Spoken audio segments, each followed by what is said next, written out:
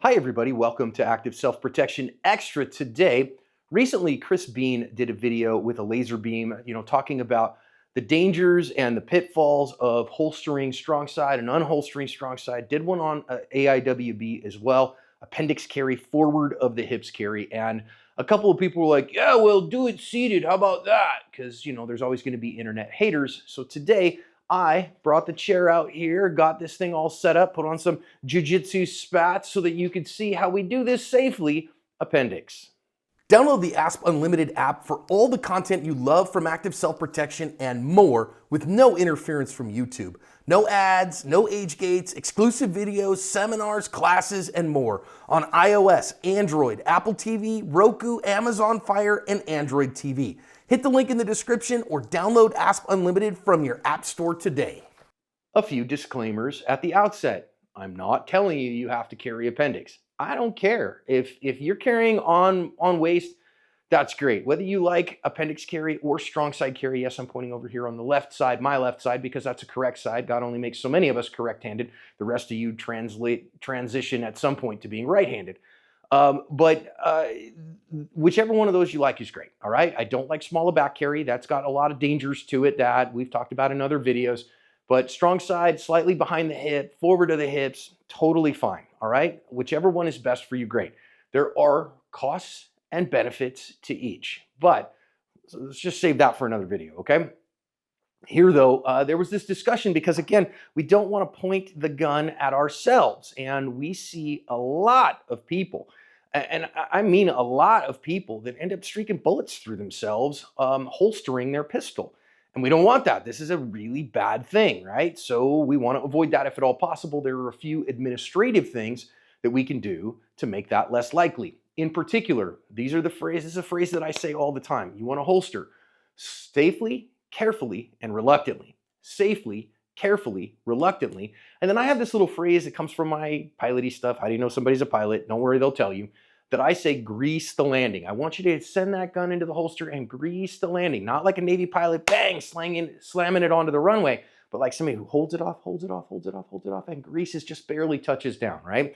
And that's what we want to do. So in order to show you how to do this safely and correctly, appendix carry, I put on, this is usually the compression undershirt that I wear every day, whether this or a black one. I don't have any white spats. I have on my regular everyday carry gun. This is my training gun, Theseus, in a Filster Enigma. So I use a sport belt with my Enigma. So if I'm going to go Enigma, which usually for me means either I look like a bum, I'm in sweatpants and a t-shirt or something like that, or I'm in formal attire, I'm in a suit and tie, is usually when I use the Enigma.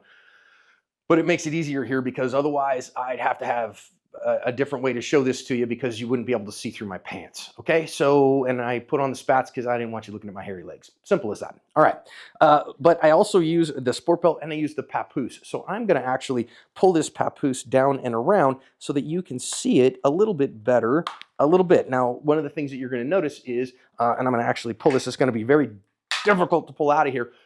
This isn't how I normally do this because this guy has a barrel insert into it. So that it is blocked from access. So this gun is a training gun. I use it all the time here in my dry fire dojo, which is part of my office. And I normally don't use this holster with that because you just saw what happened. But I pulled the papoose off of it and I am going to safely holster that gun so that you can see here with the little extended piece that while I'm standing here, and this is again how I'd carry this gun all the time, this gun is not pointed at me. Okay, it's not pointed at me. Simple as that. So how do we do things when we are going to holster or unholster this? Okay, so let me show you that in reverse order. I will show you unholstering here from appendix first, and then I will show you holstering.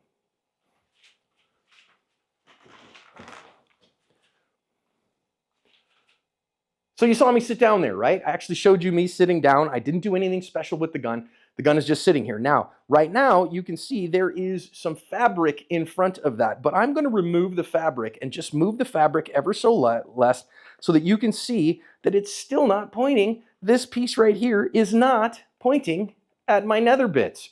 As it sits on my person, it is not pointed at me. Now, I will say that if you rearrange this, then we're not there. I use what's called the inguinal crease, that crease between my leg and my groin is where the gun sits for me. Now, I'm gonna tell you, this is gonna change for you depending on your body type, okay? When I was bigger, when I weighed as much as 290 pounds, right now I'm at 200 pounds.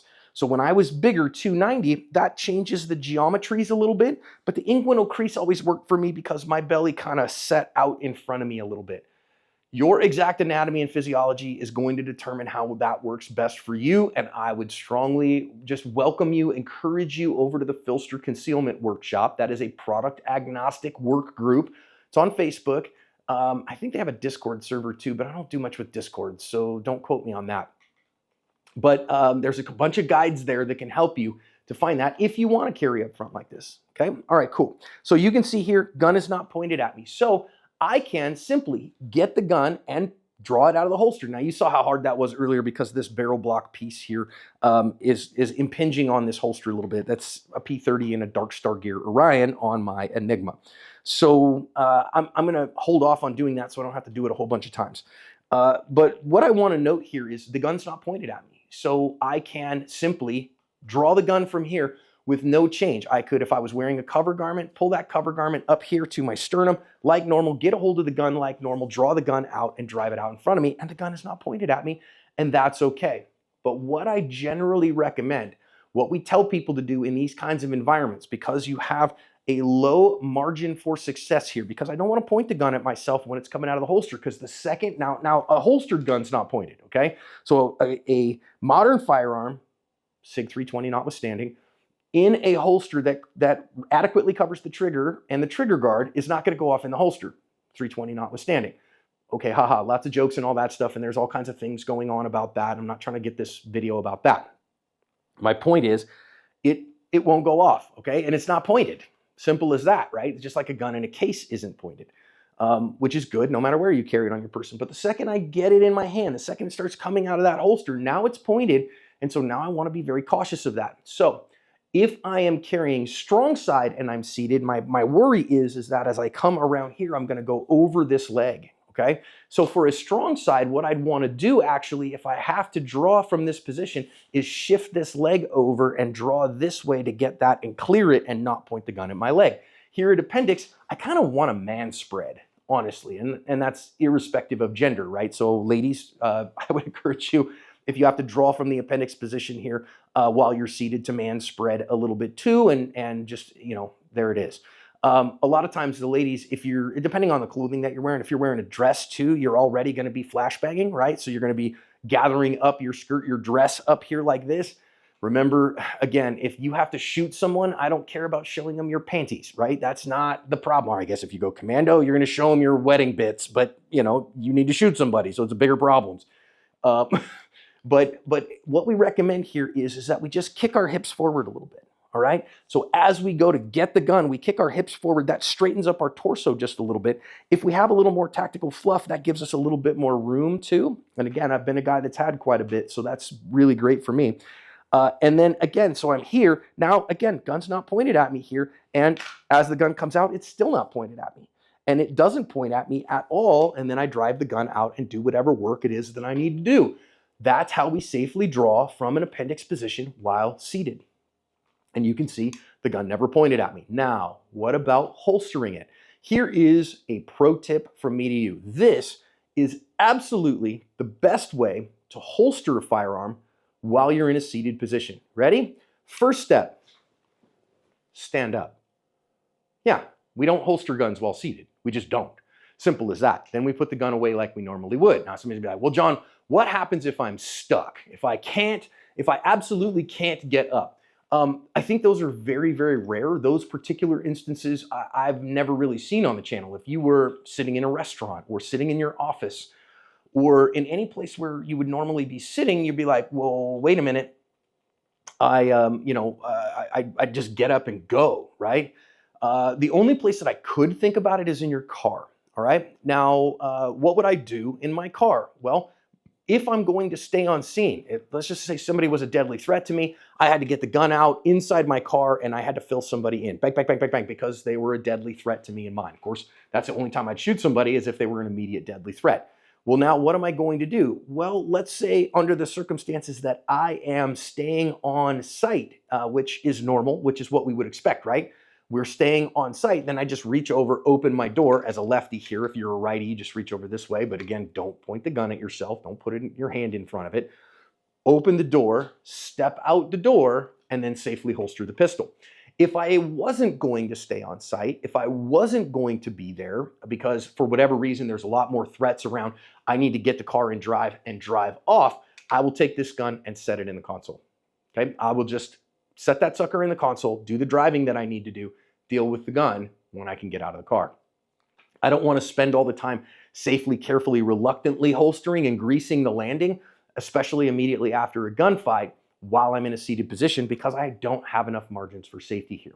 So what I do instead is that, again, if I'm in my office, if I am in a restaurant, if I'm in a place where I am seated for some other reason, I'm at the DMV and that's legal where you are, and you're sitting in the waiting room, you know, because you hate yourself and your number doesn't get called, somebody comes in, tries to rob everybody, and you have to shoot that guy. Okay, those are the times where we would maybe expect it. We then stand up, carefully, safely, carefully, reluctantly holster and grease the landing.